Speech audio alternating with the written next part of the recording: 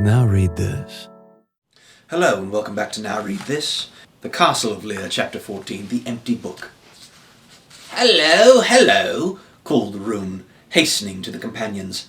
"I have never been so surprised in my life. I didn't mean to disobey orders, but after I'd called out the passage, I just couldn't leave you there to be cooked up. I simply couldn't do it. I kept thinking to myself that none of you would have gone running off." He hesitated and looked anxiously at Taran. "You aren't angry, are you?" "You saved our lives," replied Taran. He clasped Rune's hand. "I only reproach you for risking your own." "Joy and happiness!" cried Gurgi. "Poor tender head is spared from stampings and trampings, and kind master is safe from brewings and stewings." "But the most amazing thing was the bauble," Prince Rune went on, beaming proudly. "The light didn't go out, even after I'd got hold of it. Astonishing!" He stared curiously at the golden sphere, whose rays had already begun to dim, and handed it back to Taran. "I don't know what happened. It suddenly started getting brighter and brighter all of itself. Unbelievable." "It's the one thing that stopped him," said Fluda, hands on hips. The bard was looking down at the prostrate form of Glue. "He'd been here so long he couldn't stand the brightness, the repulsive little grub. There, I'm calling him little again," he added. "But I still say for a giant he's remarkably small-natured." He knelt and peered at Glue's face. "He's had a good crack on the head, but he's still alive." Fluda put a hand to his sword. "We might be wise to, make sure he doesn't wake up." "Leave him," said Taran, staying Fluda's arm. "I know he tried to do us ill, but I still pity the wretched creature, and mean to ask Delbin if he can help him." "Very well," said Fluda with some reluctance. "He wouldn't have done as much for us, but a flam is merciful. Quick, now, let's be off." "How did you climb down?" Taran asked Rune. "Did you find vines long enough to reach us?" Prince Rune's jaw dropped, and he blinked with alarm. I'm afraid I've done it again," he murmured. "I didn't climb, I jumped. I somehow never thought of getting out again. Surprisingly, it simply never occurred to me.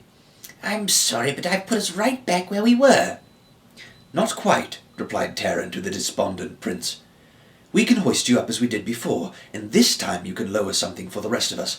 But we must make haste." "There's no need for us to stand on each other's heads," Fluda suddenly cried. "I see an easier way. Look there." He pointed upward to where a large crack yawned in the cavern wall. A shaft of sunlight fell over the stones, and fresh air whistled through the crevice. "We can thank Glue for that. With all his roaring and screaming, he's shaken the rocks loose. We shall be out in no time. Bless the repulsive little monster. He said he wanted to make Mona tremble," he added, "and great Bellin so he did, after a fashion." The companions hurried to the wall of the cave, and began picking their way through the rubble of broken stones.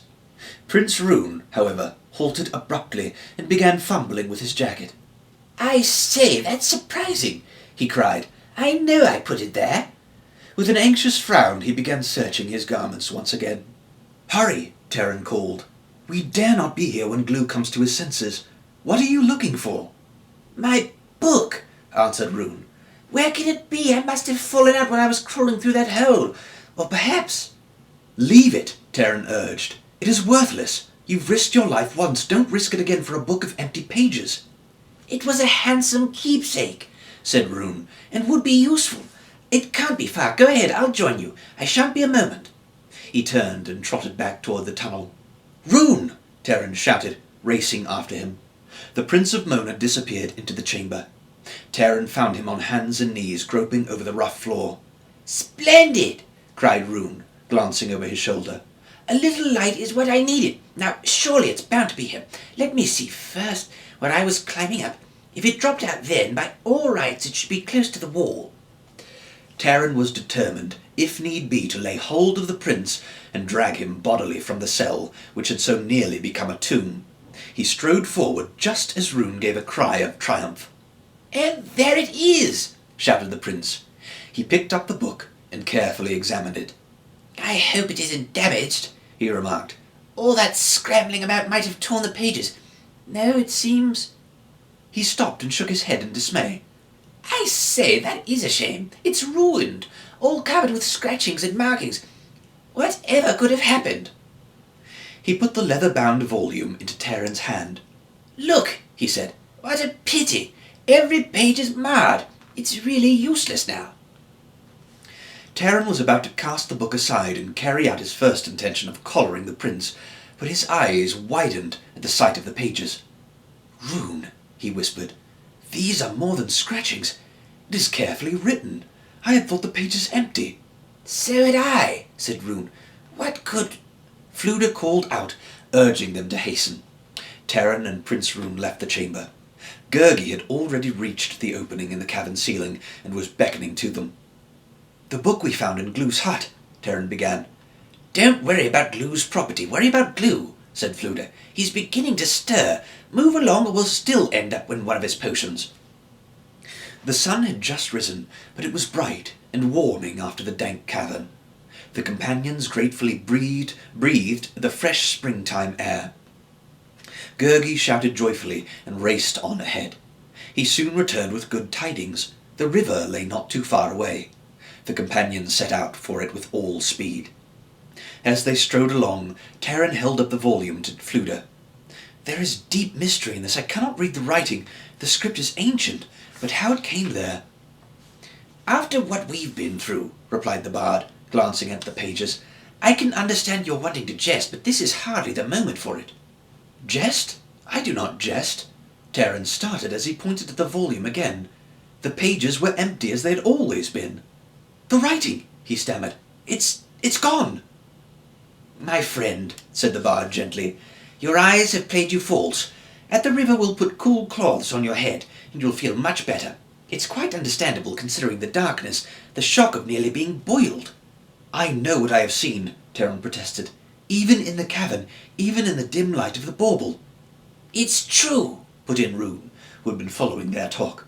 I saw it myself, there's no mistake. The bauble was shining straight on the pages. The bauble, Taryn cried.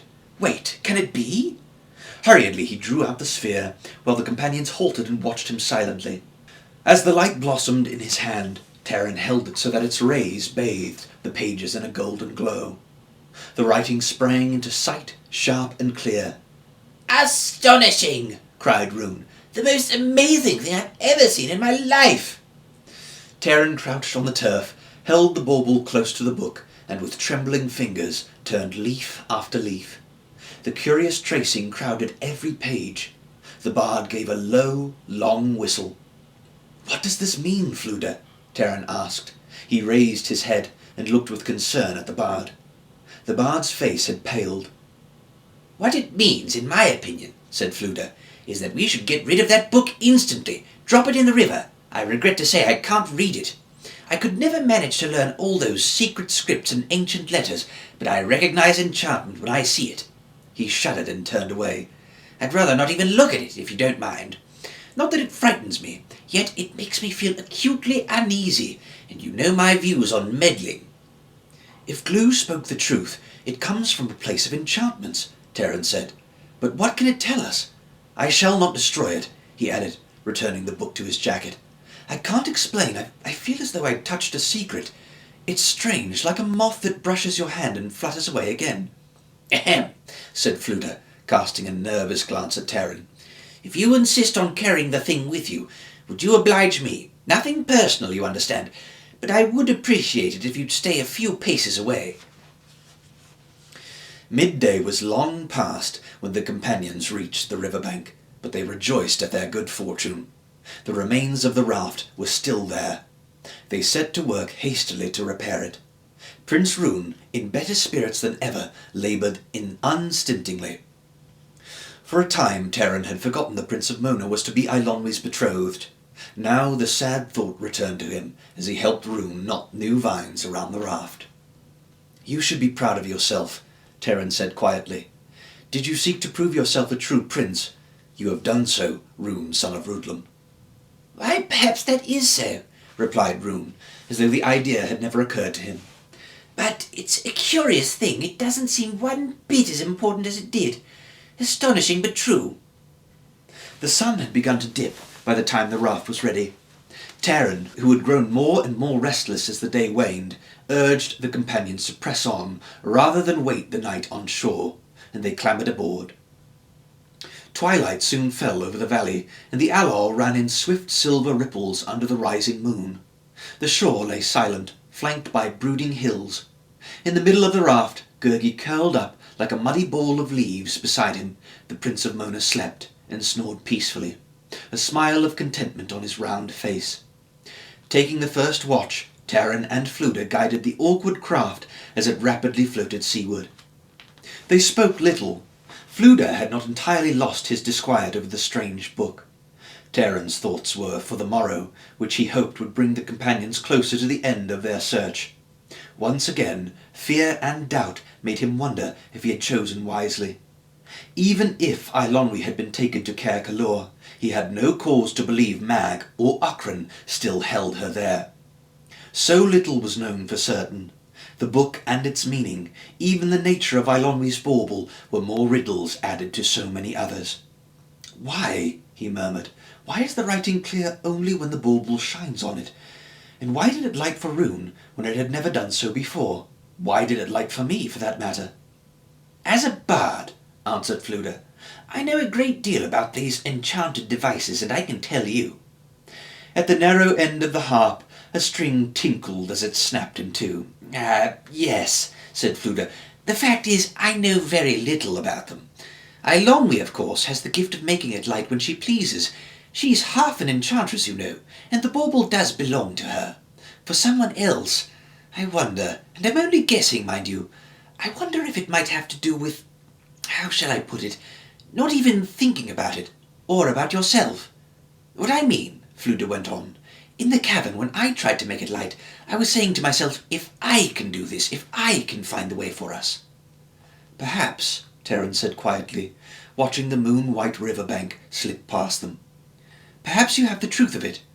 At first I felt as you did. Then I remember thinking of Eilonwy, only of her, and the bauble showed its light. Prince Rune was ready to lay down his life. His thoughts were for our safety, not at all for his own. And because he offered the greatest sacrifice, the bauble glowed brightest for him. Can that be its secret, to think more of others than ourselves?" "That would seem to be one of its secrets, at least," replied Fluda. "Once you've discovered that, you've discovered a great secret indeed, with or without the bauble." The hills had flattened and given way to low fields of sedge. A scent of brine and brackish water reached Taran's nostrils. Ahead the river widened, flowing into a bay, and beyond that to an even greater expanse of water. To his right, on the far side of towering rocks, Taran heard the rush of surf. Reluctantly he decided they dared go no farther until dawn. While Fluda roused Gurgi and Prince Rune, Taran poled the raft to shore. The companions settled themselves amid a tall clump of reeds, and Gurgi opened his wallet of food. Taran, still restless, walked to a hillock and peered toward the sea. "Keep to the shadows," said the voice of Gwydion. "Achran's eyes are sharp." Hey, you want to buy something? You can check the description for my books and audiobooks. Thank you so much for watching, and don't forget to like and subscribe for more content.